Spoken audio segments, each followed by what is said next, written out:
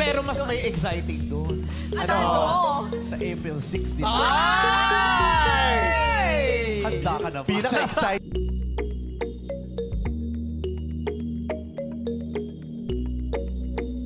Usap-usapan ngayon ang pag-uusap ni Vice Ganda at Chinita Princess Kim Chiu kanina sa tawag ng tanghalan segment ng It's Showtime.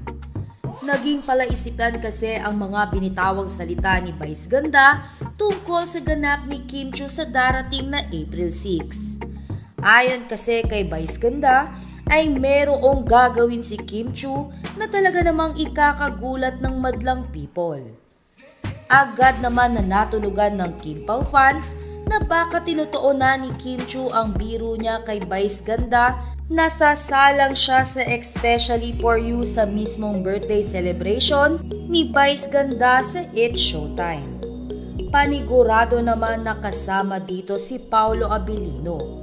Kaya naman talagang excited na ang Kim Pao fans sa sinasabing pasabog na ito sa April 6. Dahil kung matatandaan din ito ang unang araw ng It's Showtime sa main channel ng GMA Network.